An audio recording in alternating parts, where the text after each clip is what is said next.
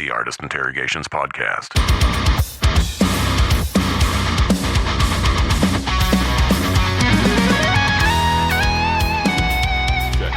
Hey, Nick, how are you? Yeah, how you doing? Doing good, man. It's weird to talk to you because I'm so used to seeing you on YouTube and all that. It's weird to actually be able to talk to you one-on-one, you know? I feel that. Yeah, I'm sorry for the videos existing though.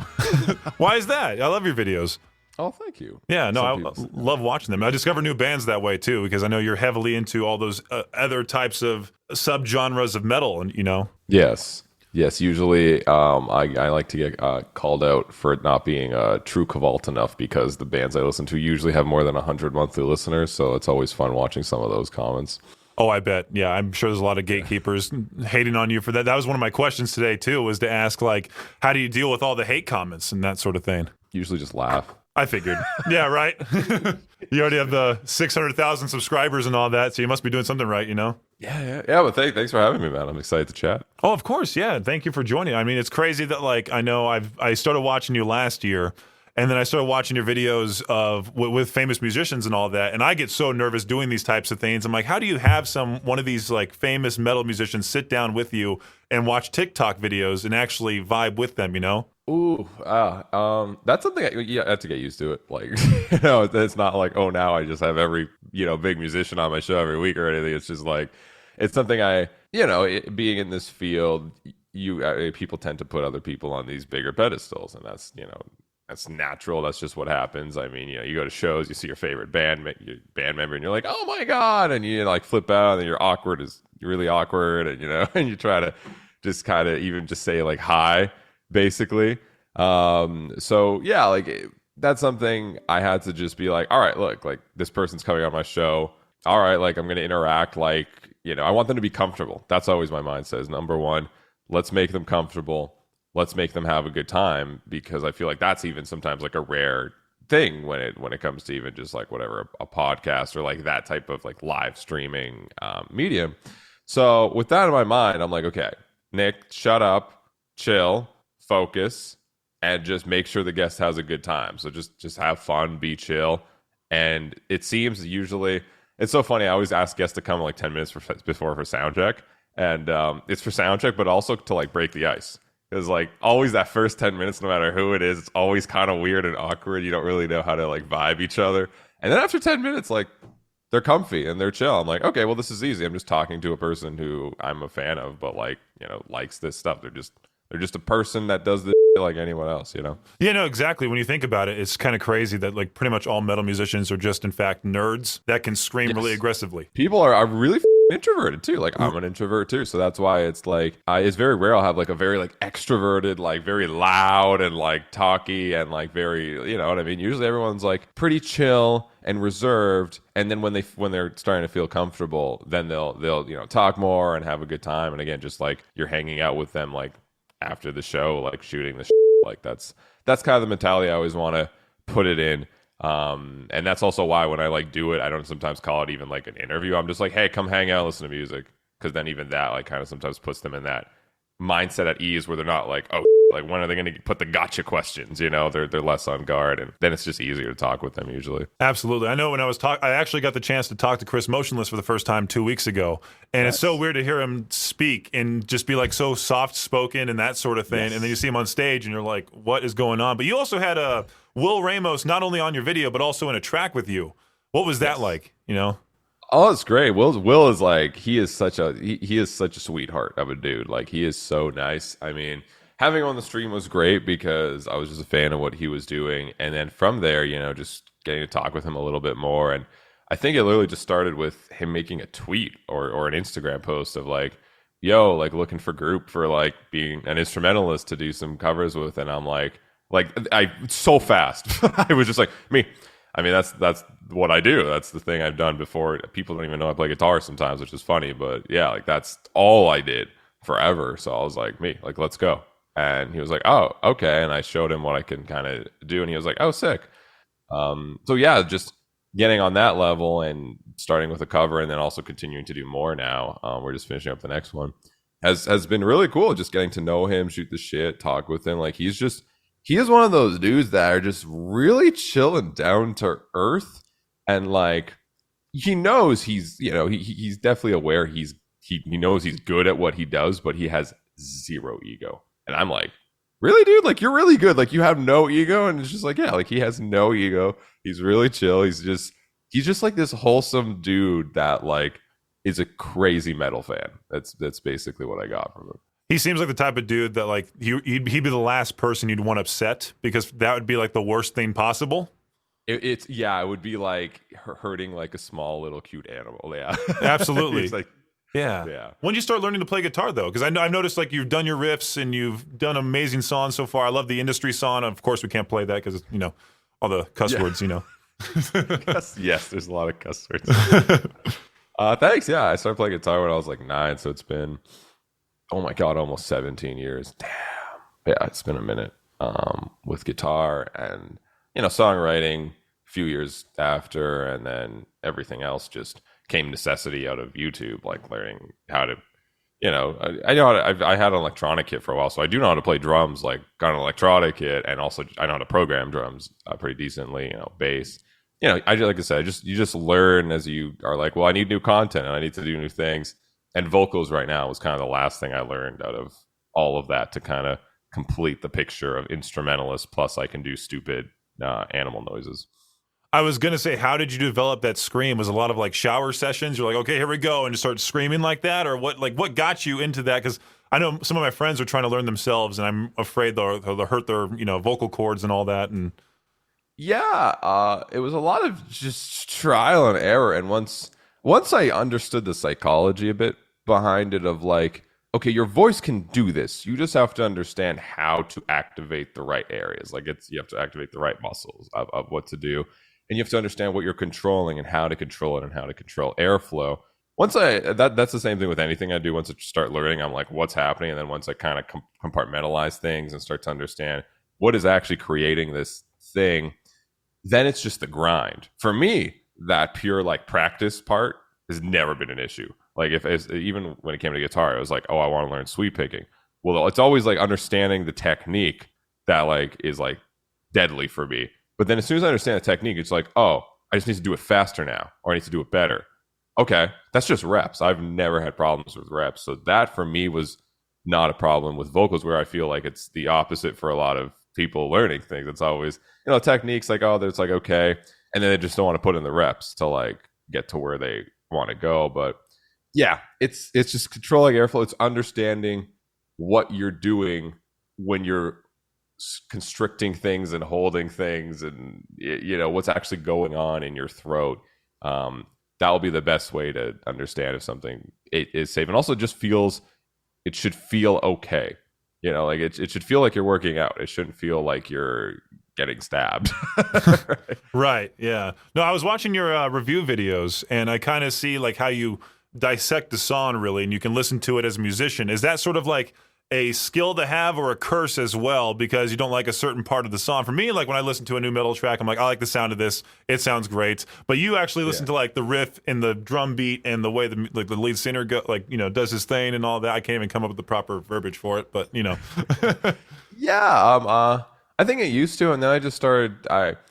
Everything I did started to shift from, because I started as a guitarist. It was like I had a guitarist mindset. It's like I can't listen to a song unless there's like fun guitar work in it. It's like that. Like I'm very guitar focused.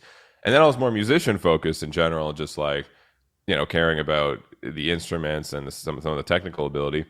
And then as I got older, I shifted to just like a consumer. Like, do I like I'll throw on lo-fi, and then I'll throw on random breakdowns that have it's easy to play, but I don't really care because it sounds good or it gets the energy out, and connecting through things in more of an emotional way. Even if something's heavy, like that's emotionally heavy. Like it's different than just being heavy for the sake of it.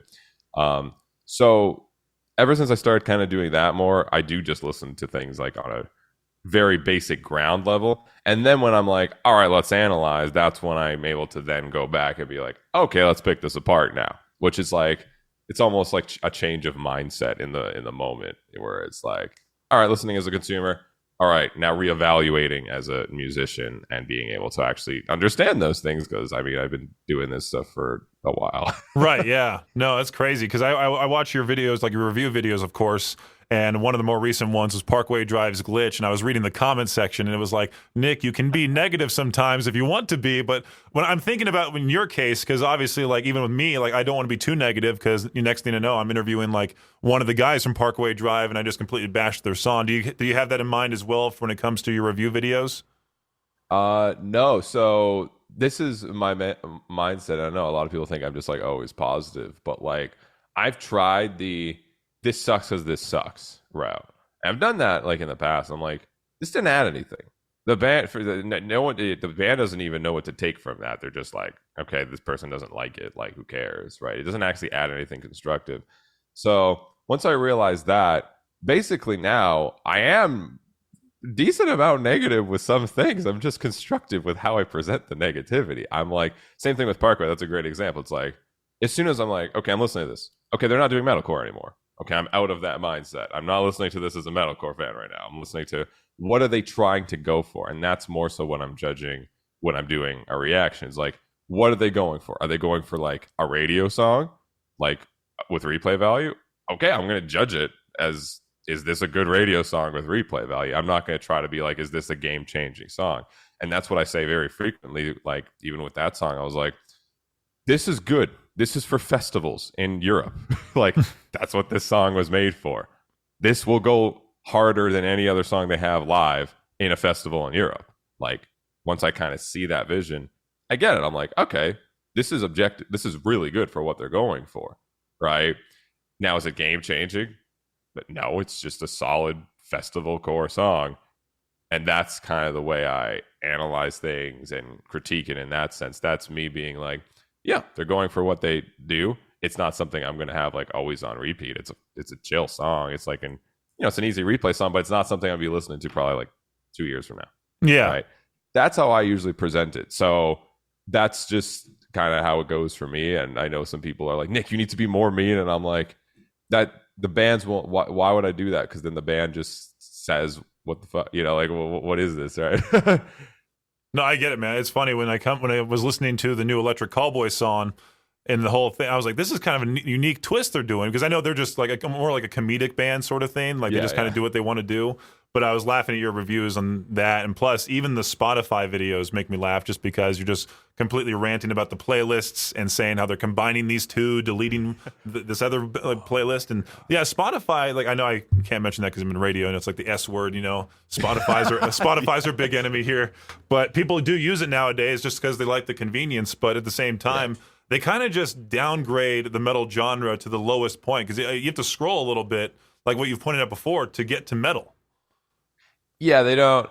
And that says, it is what it is. Metal is not the biggest thing, in the world. It's getting bigger and there's more mainstream outlets that are caring about this stuff. And just like the younger generation, like, is just into it. Like, it's weird. Like, this new generation of kids on TikTok and stuff, they're like, their parents are growing up listening to Suicide Silence with them. And like, like it's, I feel like in the next like 20 years, there's going to be like a dumb amount of metalheads, like way more with the next generation. But yeah, it's it gets valued how it's valued, and that's just how it is, and it's fine. People want aggressive music, or it doesn't just have to be aggressive. I mean, metal is very broad, but they have to scroll a little bit and find it, and it is what it is. But it does keep kind of growing, and as long as there's things in that space that keep growing that make a stance and make a statement and go through these different mainstream ways. Like, even if a metal band gets big on TikTok, like, that's awesome, right? Because it's like, you can't ignore what's happening then. It's just, that's what you get to the point of, is like, here's what's happening. Mainstream can ignore it as much as they want, but they won't, because they want viewership and they want to monetize, and they need to go where things are popular in order to do that. So, it's something that I'm very aware of, and it sucks, but like, I'm not too worried, because I do think within like the next 10 years, it's just, metal's just going to go like, woo, like, just grow and grow and grow. Yeah, that's another thing too, because I know like the resurgence of like sort of pop punk right now with some of these artists out there. But then you also have the show like Stranger Things with Eddie Munson doing the Master of Puppets riff, and all of a sudden kids are into Metallica nowadays, or now, and they're going crazy on into Metallica, and hopefully at some point they go into Lorna Shore. Like that band could defeat Vecna immediately. you know. I started with, and not a lot of people know, I started with punk. It was like my first intro to like music. Like that's when my cousin would play like Rancid, NoFX, and like Blink 182. Like that's and now I'm listening to dumb things, like like the dumb, heavy, inaudible things. Like the trail just has to start somewhere. Like, and then there's the gateway bands, which get such bad reps, but they are so important, and people just dog on them all day. But they're the ones that are the ones like, oh, like for me, like I went from punk, and then it was like Under Oath, and now it's like, oh, now it's As I Lay Dying, now it's Killswitch Engage, now it's heavier stuff, right? And it's like same thing, like Breaking Benjamin, 3 days, all 3 days Grace, like those are all bands that get just completely dogged on in the metal scene, but like most people grew up listening to not metal and then one of those bands and now listen to metal. So, yeah, definitely. And do you have like those guilty pleasure artists, like you want to say like, okay, I'm gonna go away from metal for a little bit, come back in a little bit of time, but do you have like a band like Walk the Moon that you like or something? I mean, prospectively guilty pleasure, because like for me, I don't really like. I'm like, I listen to weird stuff. Like to me, memes are stupider than listening to like the trap country, whatever, right? But in terms of perspective and what people would assume in the metal scene is like guiltier things. Oh,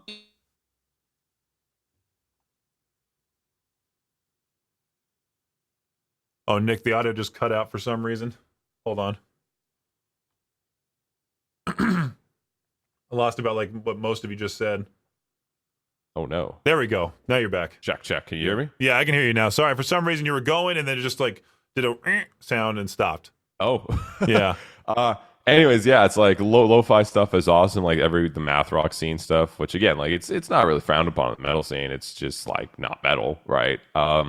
And trap stuff, definitely some trap stuff. There's Corpse, Scarlord, Ghostmane, and then there's I'm definitely into Scythe 666. They're pretty cool because again, these guys, they're all metal kids. Like all of these people doing this trap metal stuff, they're all metal kids, just like doing something fun and different. And I feel like that's probably the guiltiest pleasure because of the messages that seem to be usually up front, which is money, girls, that kind of stuff, which I don't really care for that either. But the music pops, so yeah, I guess that, or like just some old school pop, like pop in like 80s 90s stuff. Like I'll throw on George Michael Careless Whisper any day. Like that's part of my like stream ritual because it just like goes so hard. So it does. I don't know, I'm weird. No, I'm the same way. Like I'll listen to anything really because I'm middays here and then I go to afternoons on the Hawk, which is country, so I have to like change my personality sort of and become like, I'm the sarcastic guy here, which is what I normally am, but then when I'm over there it feels like I'm talking to my mom, that sort of like that sort of thing, just to make sure I'm kind of nice and PG and all that. You kind of develop a multiple personality disorder when you're in radio and you do different stations and the whole thing. Okay. But like when it comes to your new song, Translucent from Termino and all that, who'd you have as the lead singer again on that one? Was it from Monuments? Yeah, Andy Suzuki. We were doing stuff before he even joined Monuments. But yeah, Andy from Monuments. He's also in Macari and Wander and 50 other projects and YouTube. Right, yeah. No, it's crazy because I was listening to it. I have never really been into like the crazy extreme metal, but I was listening to that. I'm like, I like this a lot now. I like the breakdown at the end. Like, did you write that all yourself? Oh yeah, we don't have a producer like at most, so it's me, Andy. I'm the instrumentalist. Andy's then vocalist, and that was for album one. That's all we did, like literally everything, even self mixed and self mastered, like everything. And it turned out how it turned out. It was great. We were happy with what it went, but we were like, okay, we got to level up now. So now we have Chris Turner from Ocean's 8 Alaska doing drums. So he's writing all the drums like completely and recording them. He also helped a little bit with production in the sense of like, he'll do drum parts, and then this one part he'll be like, "Hey Nick," like with the guitars, like maybe lo-fi left, right. So he had like a few moments like that, which were really cool too. So I gotta give Chris also like those little credits, and then Zach Cervini mixing, who's mixing everything. Like I don't even understand how he has time because every week I'm checking out new releases, and I'm like, mixed by Zach Cervini. All right, well that makes sense, So, but yeah, even him like. Like he's doing like light production in the sense of like, hey, add a swell here, hey, add like an impact here. But like everything production wise is me and Andy mainly, like 95%. So you had to learn to Premiere and Audition and that sort of thing to kind of like learn that software and produce it a certain way, or did you learn that over time, or did you just already kind of have a background in production, or? It's just yeah. I mean, it's songwriting, right? Like my life is listening to music and understanding the little nuances and what's happening, and covering songs and learning songs and dissecting them has really helped me understand what's going on, what's the bare bones, and what does a producer do, right? If it is the extra stuff, or even just on a songwriting basis. But I myself have been writing since I was like 13, 14, I think. So 10 plus years. Like before I ever released anything on YouTube, I have like a whole USB of like really bad demos and stuff like that of just like instrumental music, and learning and figuring it out and doing research and trying to trying to get the sound of what I hear, what I like, so that I can get excited from something I created. And then as soon as I started getting that feeling, that's when I was like, okay, I love writing. And that's again, yeah, it was a very natural progression of learning. Like I didn't go to school or anything for this, or like I've never worked with an actual.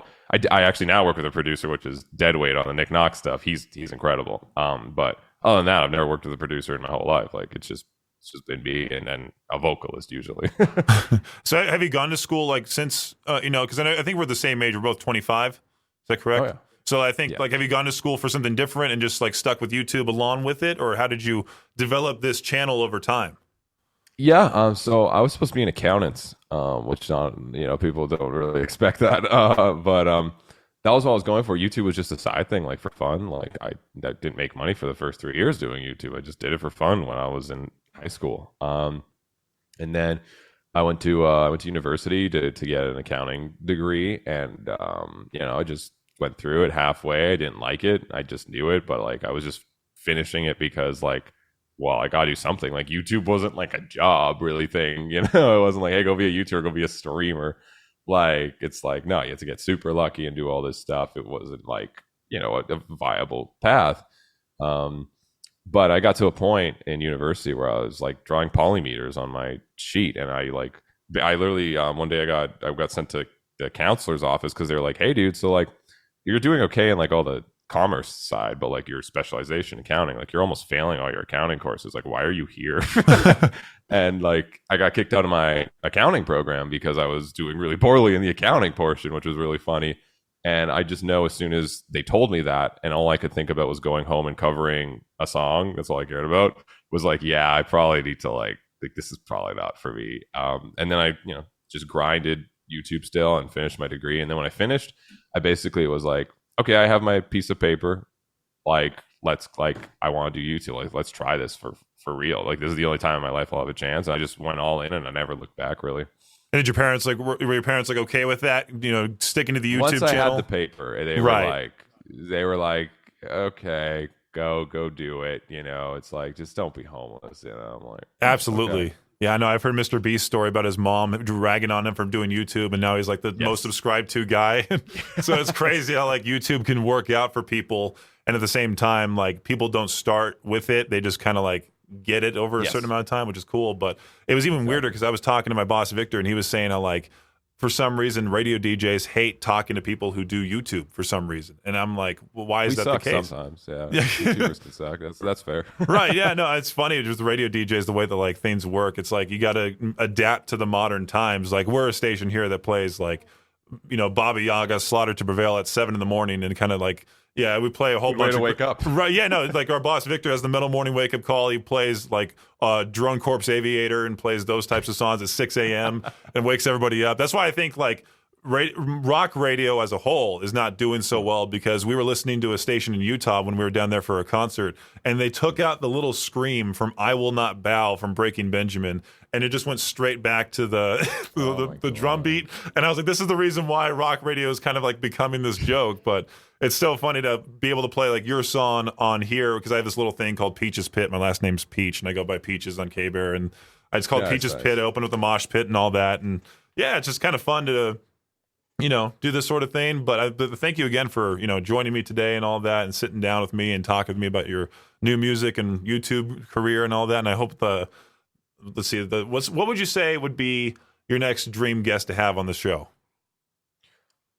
Like the they're last- gonna come on the show. I tell Yeah. you, so I already do. There's so much music. I'm sure coming out this fall. yeah. Like it's dumb. Yeah. It's like fall's always busy, but this one is. It's like what happened? What did they? Why? Why did they do this to themselves?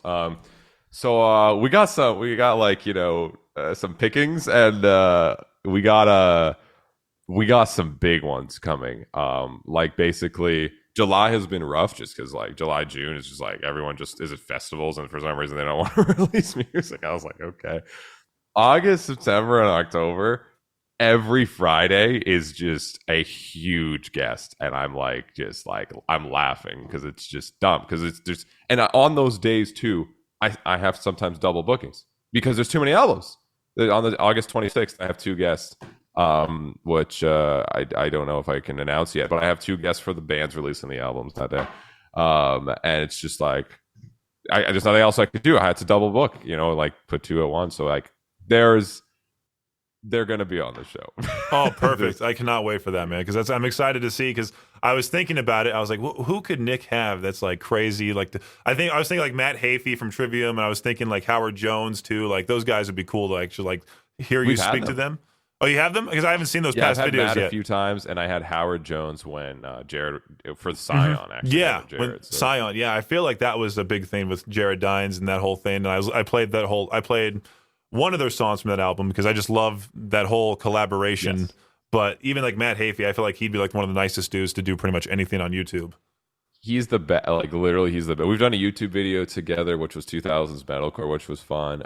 We've done a couple Twitch streams together, which again, it's just I just have him on the show. We just talk, hang out, because he's just such a nice dude. That's He's right. so I nice. remember that video now. I remember that video. I was like thinking about it. I'm like, when did he have? It was like that different levels of riffs. Yes, That's when he had him on. Okay. I'm sure that was pretty crazy to have him do like those riffs with you, and I was laughing at his face because he's just concentrating the entire time, and you're just like kind of casually. It's funny because like when he's doing that, he's streaming, right? Like because he's a busy dude, so like he streams on Twitch, and then he has like the segment of like, oh damn, I gotta get this done. So like he takes 10 minutes, and like he's there streaming, like just tracking this stuff, and he's just tracking one, and then it's doubling. So like that's why he just focused so hard on getting the right one take so he can just get it all done within like 10 minutes, which was great because that's all I needed. Because then I did the drums, I did the bass and everything, and that video has like 400K views, and it's a dope video. And Matt commented, he's like, "Oh my god, I'm so sorry. I look like I'm I look like I'm having zero fun, but like it's like I'm so focused." Right. Yeah, no kidding. Well, thank you again, Nick, for joining me today, man. It's awesome to get the chance to talk to you, and I can't wait for all the, what you said, all the new releases coming out, and then you to have those people on the show and all that. It's going to be pretty crazy. Yeah, thanks for having me, man. I appreciate it. Of course. Yeah, and also, can you do one more thing before you go? We always try to Sure. have this. Can you just say who you are, and you're listening to K-Bear 101? K-Bear 101. All right. I'm Nik Nocturnal, and you're listening to K-Bear 101. Perfect. And then can you also just do pretty much the same thing, but say you're listening to Peaches on K-Bear 101? Okay. Yeah. I'm Nik Oh, God. Okay. I'm Nik Nocturnal, and you're listening to Peaches on K101. K-Bear 101. K-Bear. All right. Here we Got go. it. You got this. Yes. Peaches on K101. All right. I'm Nik Nocturnal, and you're listening. I'm Nik Nocturnal, and you're listening to Peaches on K-Bear 101. Perfect. It's kind of like that buttery flaky crust moment. The buttery flaky, keep messing it up. That's the thing. Like, I can stream for like 5 hours, and like I'll be dumb and stuff, but like I'll never have like many of those. But then as soon as I have to like think of what I'm saying, it's like instantly my brain's just like, nah, fam. No, when I'm on the air, it's like the most nerve-wracking thing when you go live. And there's been a few times where I've eaten like hot Cheetos on the Hawk, and you'll hear me like kind of pant, and I'm like, "Hey guys." But I don't understand how like guys who are veterans of like 40 years doing this sort of thing can just talk so eloquently and so fast and so quickly and in a certain way. Like it's just nuts to think that that can happen with people who are live that can just no mistakes. And at least radio's turning now where it's like you get those people with the cool personalities that are kind of like nice and normal people because no one listens to like, hey, this is like the whole deep boomer voice and that sort of thing. The whole deep boomer. Like the whole pukey radio sound from back in the day, like that type of thing. But yeah, well, thank you very much, Nick, again for joining me today. I'll try to play your new song, Translucent and all that, and get all those. Because I was trying to play, I think was it Recreant or that one? Oh yeah, it's because it's a cover, so there's the whole. So we've had our own headache with that. Oh, no kidding. Cover. Concord owns the licensing, as far as I know. So yeah, we had our own headache for that. Yeah, covers. Sally, we do have new Nik Knock coming soon. No swears in the song. And we have a new Termina as well. So yeah, it's all going. But yeah, thanks, man. I appreciate it. And if you need anything, always feel free to hit me up, email, or hit me up through Nikki, whatever works. Absolutely, man. Well, thank you very much. Awesome, thanks. Have a good one. You too. The Artist Interrogations podcast is a production of Riverbend Media Group. For more information or to contact the show, visit riverbendmediagroup.com.